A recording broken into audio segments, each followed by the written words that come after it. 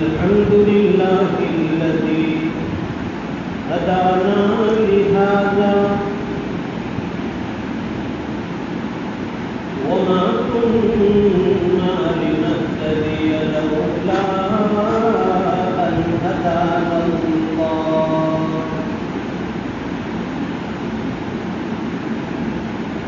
لقد جاءت رسل ربنا بالحق صلوات الله وسلام على سيدنا محمد المصطفى وعلى آله وصحبه أجمعين. أما بعد فأعوذ بالله من الشيطان الرجيم. بسم الله الرحمن الرحيم.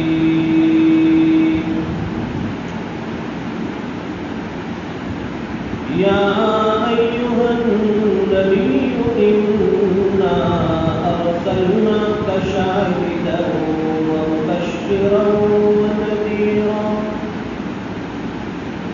وداعيا إلى الله بإذنه وسراجا منيرا. صدق الله العظيم. اللهم صل على سيدنا ومولانا محمد وعلى آل سيدنا محمد وبارك وسلم. بزرگوں اور دینی بھائیوں،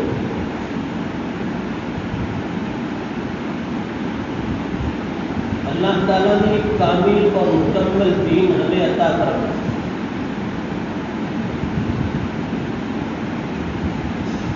اور اس کامل اور مکمل دین کی محنت کے لیے اور اس کی نشر و اشاعت کے لیے اللہ تعالیٰ نے حضرت انسان کو قبول کروایا.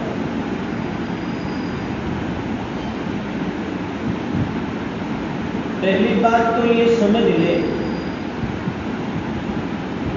کہ دین کسے کہتے ہیں. کیا یہ نمازیں جو ہم پڑھتے ہیں اسے دین کہا جائے، یا یہ تلاوت قرآن اس کا نام دین ہے، یا یہ جو رمضان کے روزے وغیرہ رکھے جاتے ہیں اسے دین کہا جائے؟ دین کس کو کہا جائے؟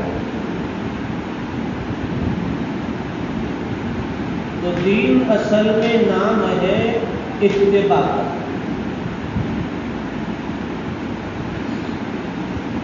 حضرت مولانا مسیح اللہ خان صاحب رحمۃ اللہ علیہ فرمایا کرتے تھے کہ دین نام ہے اللہ اور اس کے رسول کے حکم کی اتباع کا. اب یہ نماز، روزے، یہ تلاوت قرآن، یہ زکوٰۃ، یہ ساری چیزیں دین میں داخل ہیں. یہ الگ الگ دین کے حصے ہیں اور یہ الگ الگ انداز سے یہ عبادتیں کی جاتی ہیں. دین اپنی مرضی اور منمانی کا نام نہیں ہے کہ اگر کوئی یہ چاہے کہ میں نماز کے اندر فلاں کام کروں تو وہ نہیں ہو سکتا.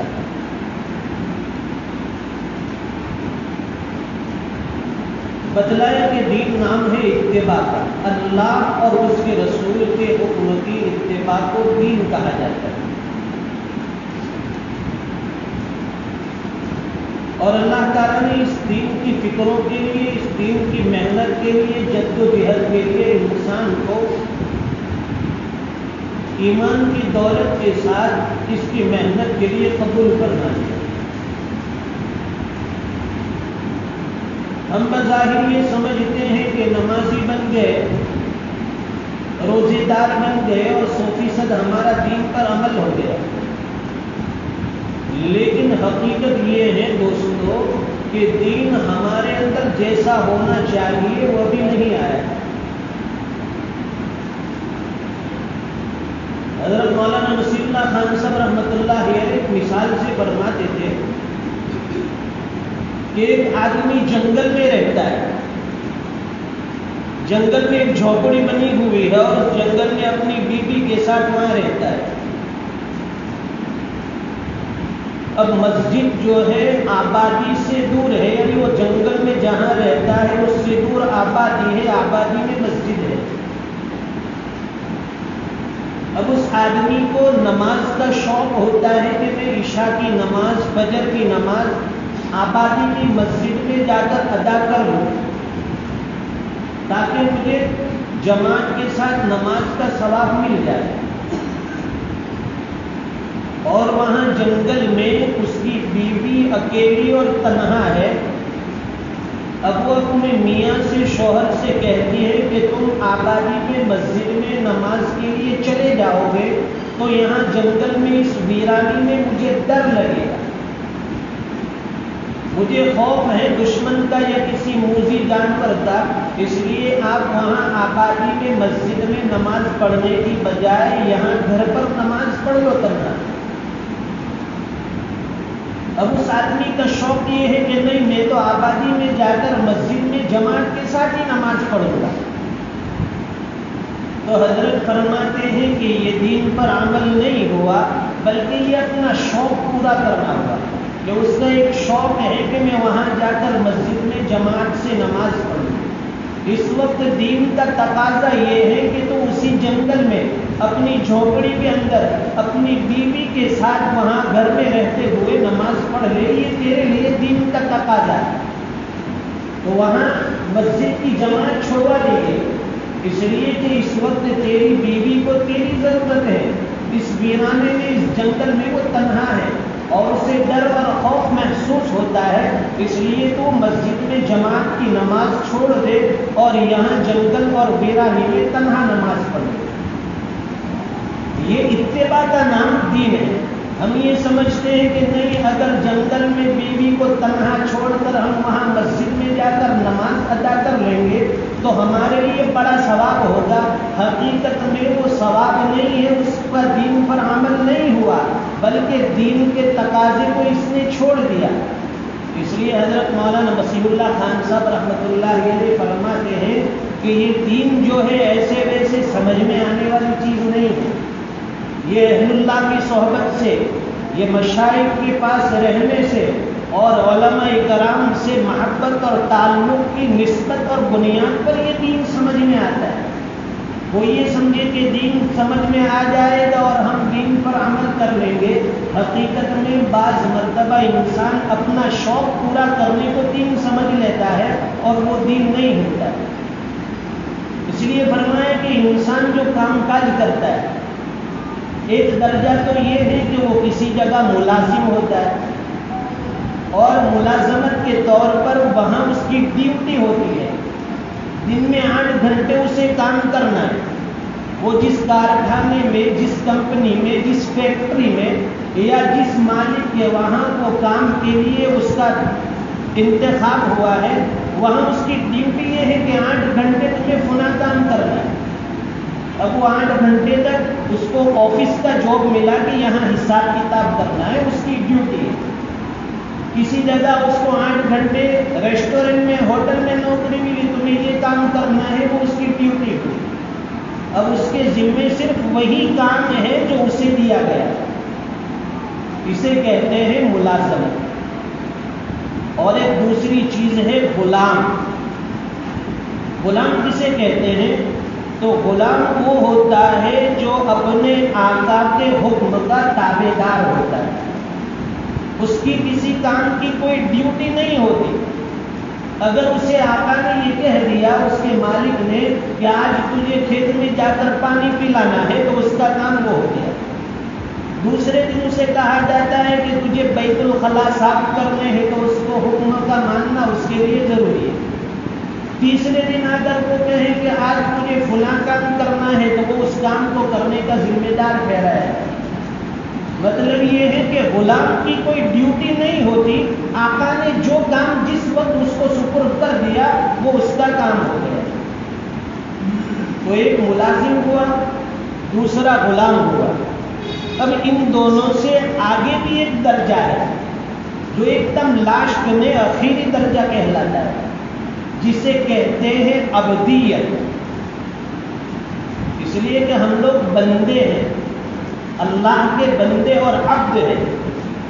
جو غلام ہوتا ہے وہ کبھی اپنے آقا کی پرستش اور اس کی عبادت نہیں کرتا، اور جو عبد ہوتا ہے، جو بندہ ہوتا ہے، وہ اپنے آقا کے حکم کی فرما برداری کے ساتھ ساتھ وہ اس کی پرستش کرتا ہے، وہ اس کی عبادت کرتا ہے۔ تو ہم نہ ملازم ہیں نہ غلام ہیں، بلکہ ہم جو ہے عبد ہے، اللہ کے بندے ہیں۔ اور بندگی کا مطلب یہی ہے کہ اللہ تعالیٰ نے جو کام جس وقت ہمارے ذمے لگا دیا وہ کام ہمیں اسی طریقے سے ادا کرنا ہے، تاکہ اس میں ہمیں رب کی رضا نصیب ہو جائے، ہمارا رب ہم سے راضی ہو جائے۔ حضرت مولانا مفتی محمد شفیع صاحب رحمۃ اللہ علیہ اکثر ایک مقولہ، ہندی کا ایک مقولہ ارشاد فرماتے تھے کہ سہاگن وہ ہیں جسے پیا چاہے۔ سہاگن کہتے ہیں دلہن کو، تو دلہن وہی سمجھی جاتی ہے جسے اس کا شوہر، اس کا ہسبینڈ پسند کرتا۔ یہ مثال دینے کے بعد حضرت فرمایا کرتے تھے کہ اگر کسی لڑکی کو دلہن بنایا جا رہا ہے اور اسے تیار کرنے کے لیے، اس کو سنوارنے کے لیے اس کی سہیلیاں آتی ہیں، اس کا بناؤ سنگار کیا جاتا ہے، اور پھر اس کی سہیلی میں سے کوئی آ کر اس کی تعریف کرتی ہے کہ ماشاءاللہ تیرے کانوں میں جو بالیاں ہیں وہ بڑی خوبصورت ہیں، کوئی تعریف کرتی ہے کہ تیری یہ جو چوڑیاں ہیں وہ بڑی خوبصورت ہیں، کوئی اس کے کپڑے کی تعریف کرتا ہے کہ بھائی تیرے کپڑے آج بڑے خوبصورت اور پیارے معلوم ہوتے ہیں، کوئی اس کے حسن کی تعریف کرتا ہے کہ ماشاءاللہ آج تو بہت خوبصورت معلوم ہو رہی ہے۔ یہ سب کی تعریفات کے کلمات سن بھی رہی ہے، اور سننے کے بعد خاموش ہے، اس کے چہرے کے اوپر خوشی کے آثار نہیں ہیں۔ یہ تعریفات کی وجہ سے وہ خوش نہیں ہوتی بلکہ سن کر خاموش رہتی ہے، اور آخر میں وہ جواب دیتی ہے کہ تم نے میرے کپڑے کی تعریف کی، میرے حسن کی تعریف کی، یہ سب چیزیں اپنی جگہ صحیح ہے، لیکن اصل میں جسے میری تعریف کرنا ضروری ہے، جس کے لیے میں بنائی جا رہی ہوں، سنواری جا رہی ہوں، اگر وہ مجھے پسند کر لے اور وہ میرے حسن کی تعریف کر لے تب میری بات بنے گی۔ مطلب یہ ہے کہ اگر میرا شوہر، میرا ہسبینڈ، میرا خاوند، جس کے لیے تم لوگ مجھے یہ سنوار رہے ہو، یہ مجھے تیار کر رہے ہو، اگر وہ مجھے ایک بار کہہ دے کہ تو آج بڑی خوبصورت لگ رہی ہے تو سمجھ لے کہ میرا کام ہو گیا۔ اور اگر اس نے میرے حسن کو اور میری اس خوبصورتی کو ناپسند کر لیا کہ تم مجھے اچھی نہیں لگتی، تو یہ ساری چیزیں بیکار ہے، تمہاری محنتیں بیکار ہے، تمہاری تعریفات بیکار ہے۔ حضرت مولانا مفتی محمد شفیع صاحب رحمۃ اللہ علیہ اس واقعے کو بتلانے کے بعد نتیجے کے طور پر فرماتے تھے کہ ہم جو دنیا میں آئے ہیں اور دنیا میں آ کر ہم طرح طرح کے کام انجام دے رہے ہیں، فلاں عبادتیں ہو رہی ہے، فلاں نیکی ہو رہی ہے، فلاں کار خیر میں حصہ لے رہے ہیں، اور لوگ ہماری تعریفات کرتے ہیں۔ کوئی کہتا ہے کہ ماشاء اللہ یہ تو بڑا نمازی ہے، صف اولیٰ کا پابند ہے، اس کی تو تکبیر اولیٰ بھی فوت نہیں ہوتی۔ کوئی اس کی تلاوت سے متاثر ہے، وہ کہتا ہے کہ ماشاء اللہ روزانہ 5 پارے تلاوت کرنے والا آدمی ہے۔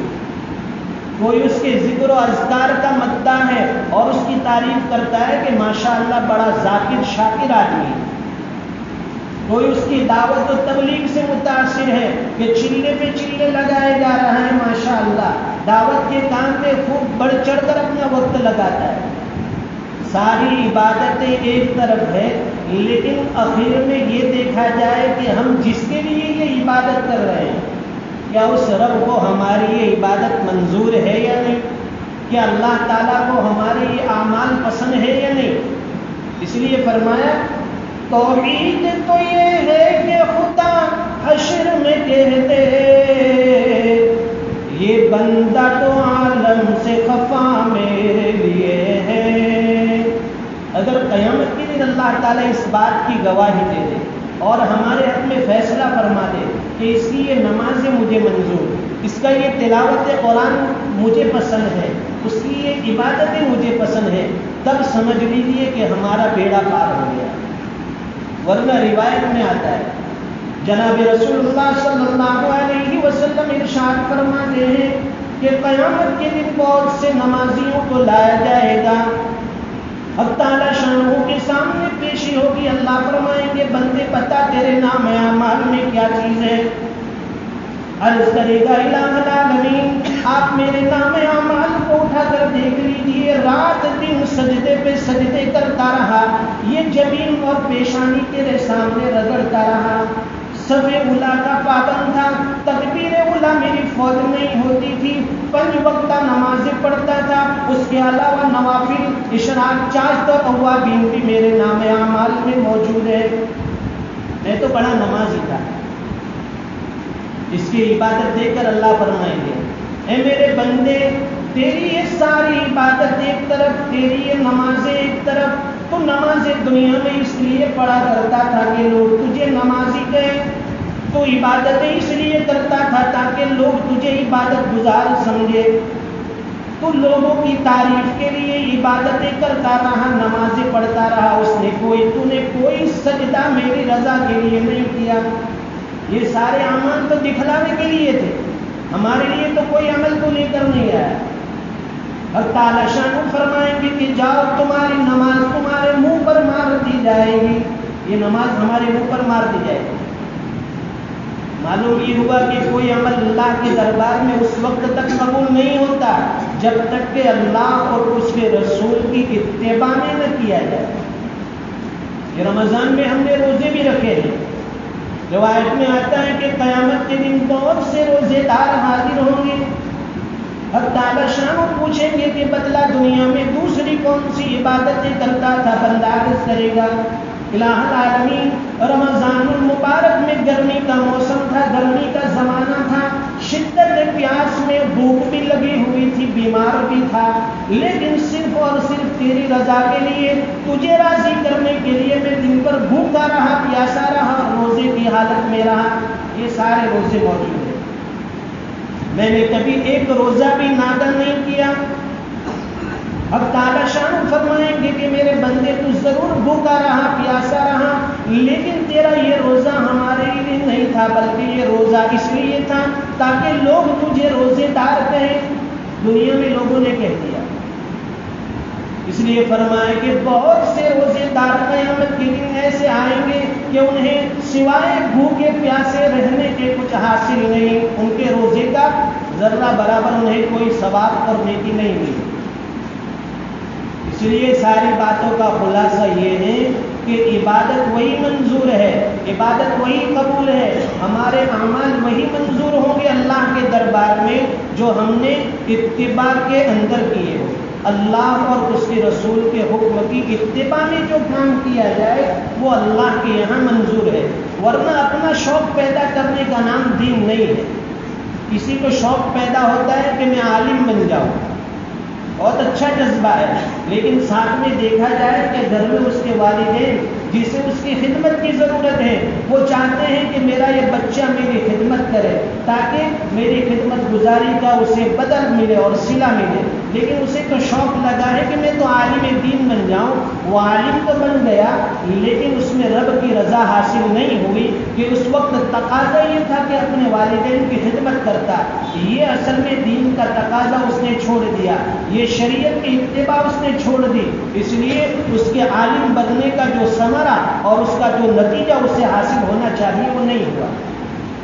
جو بھی عبادت ہو اس کے اندر اصل میں ضرورت ہے اتباع دین کی نیت۔ جب ہم ہر عمل کے اندر اللہ اور اس کے رسول کے حکم کی اتباع کی نیت کریں گے، اللہ کے دربار میں ہمارا وہ عمل قبول ہوگا۔